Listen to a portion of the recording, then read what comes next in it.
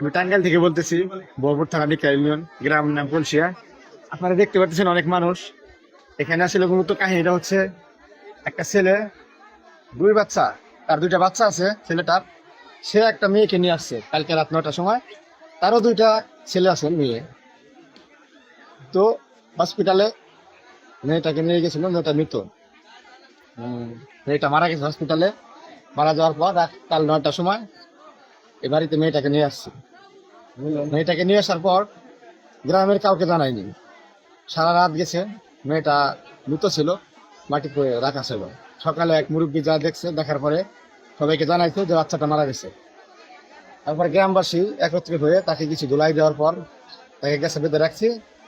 এখন আমাদের এলাকার মেম্বার, চেয়ারম্যান সবাই আসছে, তারা পুলিশকে জানাচ্ছে, তারা পুলিশ আসতেছে। আসার পর এখন দেখি কি হয়। সে অপেক্ষায় আছি, তবে উপযুক্ত শাস্তি হবে, আমরা এটাই আশা করি।